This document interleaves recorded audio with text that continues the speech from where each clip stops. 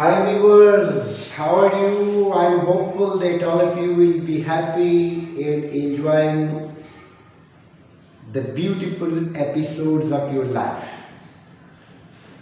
Viewers, in our previous video, we have discussed about curriculum, the etymology of the word curriculum, that curriculum is a race course, it's a path, it's a track, it is derived from the Latin word which guides the teachers as well as the students towards the achievement of desired goals and objectives. Now, the traits, the trends and the parameters of life are not always the same. So, the difference in perspectives, parameters and trends have given birth to the development of various types of curriculums. Every aspect or parameter is related with the type of curriculum which is taught inside and outside the school premises or the school buildings. The difference in the nature, in the behavior, in the attitude of the learner is directly related to the nature of the curriculum.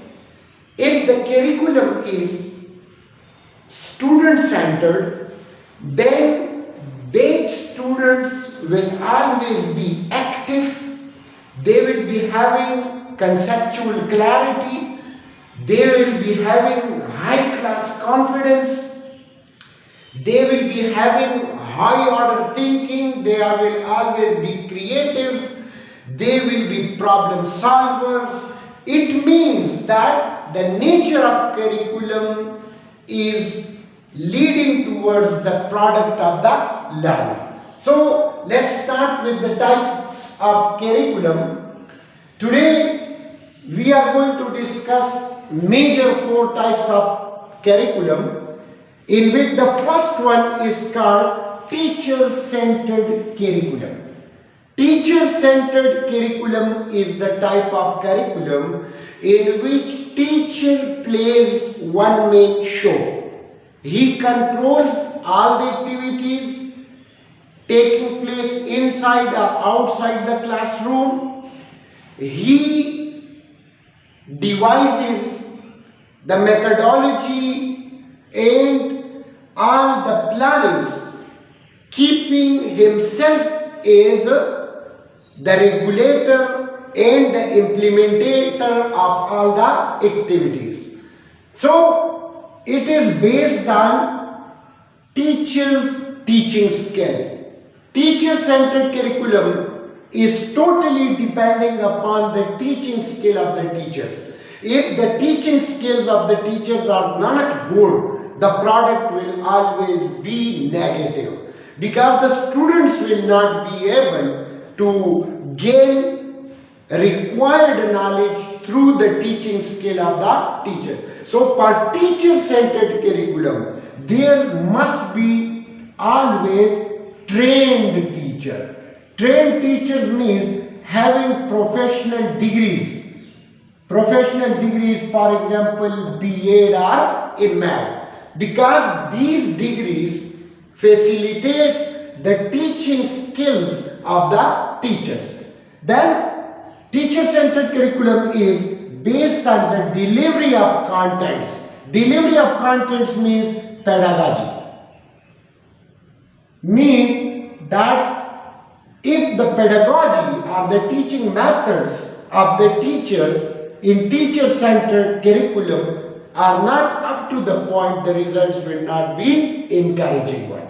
Then teacher-centered curriculum is where teacher is the ruler and the students are the subjects, or they are the people of the state.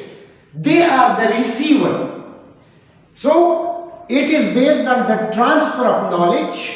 Transfer of knowledge means it is based on the development of mental faculty of the learners. It is based on the experiences from teacher to students. Means teacher-centered curriculum is designed in such a pattern where teacher focuses on the development of the cognitive domain and psychomotor domain of the students. Here you can see that the affective domain of the students is ignored. So those students who are getting education under teacher-centered curriculum, they will be lacking the power of expression. They will be having no confidence or weak level of confidence. They will always be having the disease of stage phobia. They will always be shy. Teachers are presenting one main show. Means all the academic activities in teacher-centered curriculum are revolving around the teacher. Focus on content, then on student processing of it.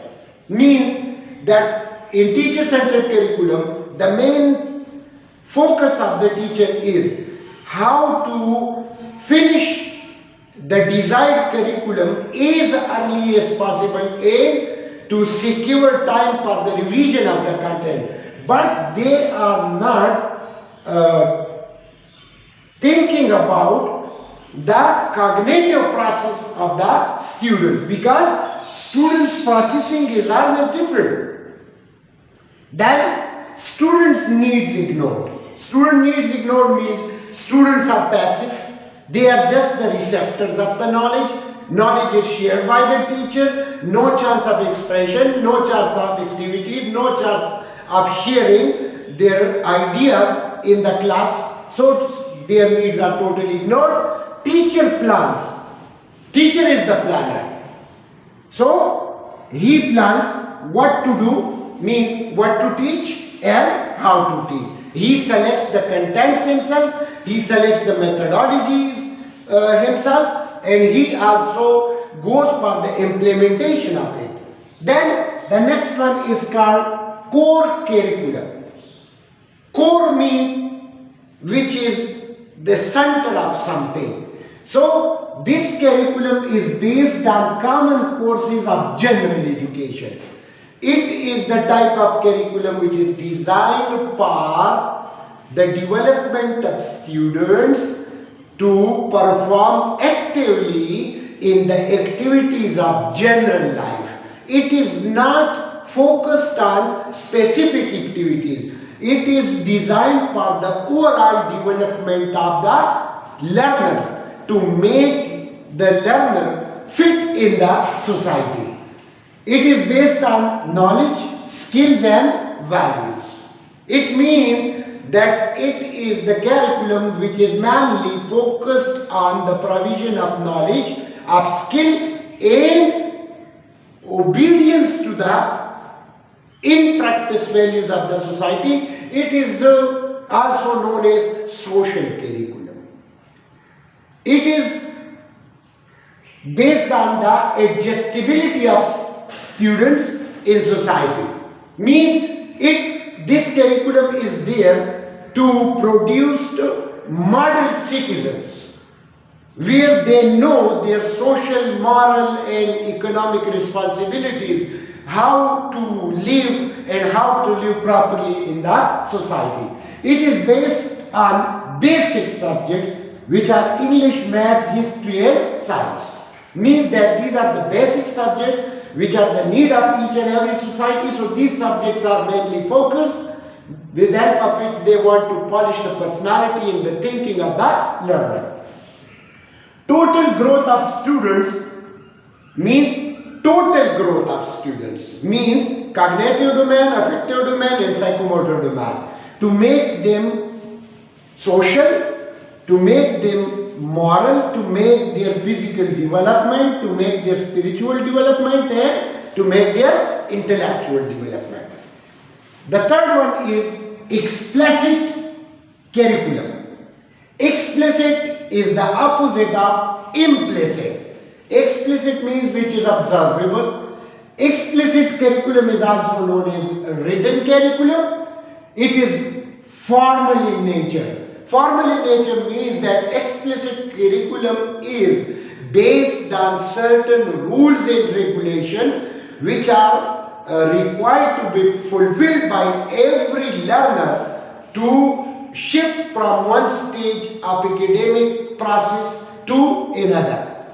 It is based on the helping material for teaching of contents.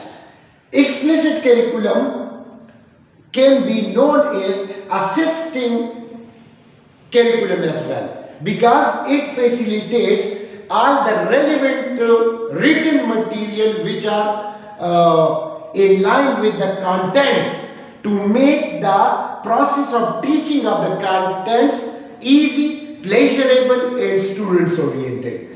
It is related with administrators, teacher and curriculum directors. Co-explicit curriculum is the domain of these people.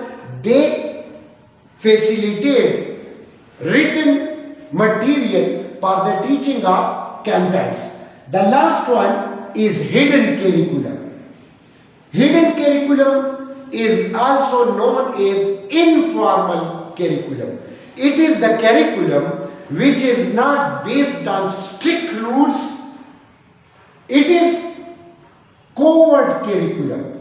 Covert curriculum means the curriculum which is based on the observation. How to say, when to say, where to say, how to say it, how to walk, how to speak.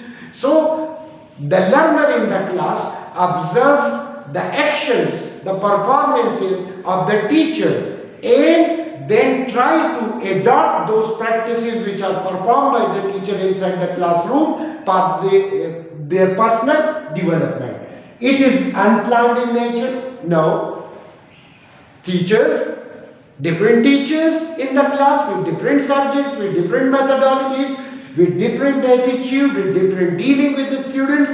So all these aspects are digested by the learners and they utilized for their development.